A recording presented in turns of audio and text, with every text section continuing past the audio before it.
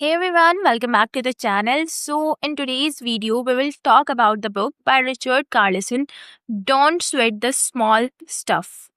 So, it's a book that will help us that how to prevent us from letting small things to take over our life. Life के अंदर इतनी छोटी छोटी चीजें होती है और उन सब के बारे में अगर हम सोचेंगे और उन सब पर रिएक्ट करेंगे तो a lot of energy and a lot of time will be wasted. तो उस सब से बचने के लिए यहाँ पर रिचर्ड ने ये बुक लिखी है और इन्होंने ये कहा है कि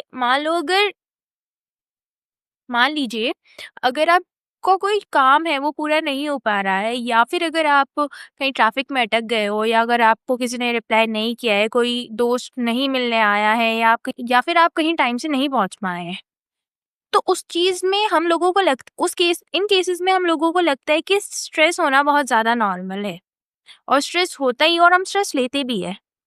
लेकिन रिचर्ड का ये कहना है कि it's not the life that is stressful, it's our thinking about it. यानी स्ट्रेस होना नॉर्मल नहीं है, हम लोगों ने उसको नॉर्मलाइज किया हुआ है। हम लोगों को लगता है कि हर ऐसी सिचुएशन में जब हमारी बात नहीं बन रही है, जब हमारा काम नहीं हो पा रहा है, तो वहाँ पर हमें स्ट्रेस होगा ही होगा और होना ही चाहिए। हम लोगों ने ऐसी थिंकिंग डेवलप की है, हमारे आसपास का एनवायरनमेंट ही ऐसा होता है। तो रिचर्ड यहाँ पर ये कहते हैं कि छोटे स्टफ को छोटा ही रहने दो। छोटी-छोटी सी बातों पर अगर आप रिएक्ट करेंगे तो आपकी बहुत ज़्यादा एनर्जी और आपका बहुत ज़्यादा टाइम जो है वो वेस्ट होगा। लाइफ में हर चीज परफेक्ट नहीं होती है, आपको ये एक्सेप्ट करना पड़ेगा कि लाइफ जो है बहुत ज्यादा अनफेयर होती है और लाइफ में जो है बिल्कुल एक प्रिडिक्टेबल कुछ भी नहीं होता है। लाइफ में कुछ भी ऐसा नहीं होता है कि अभी मैं ये चाह रहा हूँ कि ये वाला काम हो जाए, हो सकता है वो काम हो जाए और हो सकता है वो काम ना भी हो। तो उस चीज को अगर वो ना हो और ठीक है अगर नहीं हुआ है तो वी शुड नॉट पैनिक। तो अगर हमारा ये छोटे-छोटे सा काम नहीं हो पा रहा होता है, हम स्ट्रेस ले रहे होते हैं, अब हम बात ये है कि स्ट्रेस लेने से हम बचें कैसे? उन्होंने हमें एक ट्रिक दी हुई है कि अगर आपकी कोई भी ऐसी सिचुएशन में आप फँस गए हो, तो एक बार रुको और अपने आप से पूछो कि will this matter a year from now? और मोस्ट ऑफ द केसेस में आपका आंसर आएगा नहीं। तो जो चीज़ आपकी लाइफ में आगे जाकर मैटर करने ही नहीं वाली है, तो उसके ऊपर आप अपनी एनर्जी क्यों यूटिलाइज़ करना चाह रहे हो? उस एनर्जी को कहीं और यूटिलाइज़ करो।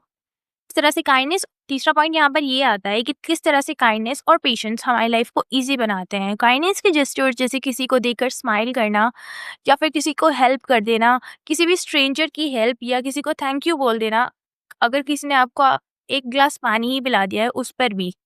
तो ये सारी चीज़ें अगर हम प्रैक्टिस करेंगे, इन सारी चीज़ों को प्रैक्टिस करने से हमारे अंदर स्पेस बनती है, अपने लिए स्पेस बनती है। तो आप अपने अंदर स्पेस बनाएं और समझें कि हर चीज़ का तुरंत जवाब देना, हर चीज़ पर तुरंत से रिस्पॉन्स करना ज़रूरी नहीं होता है। उससे आपके अंदर का स्ट्रेस भी कम होता है। तो एक सेइंग है कि choose being kind over being right and you will always be right.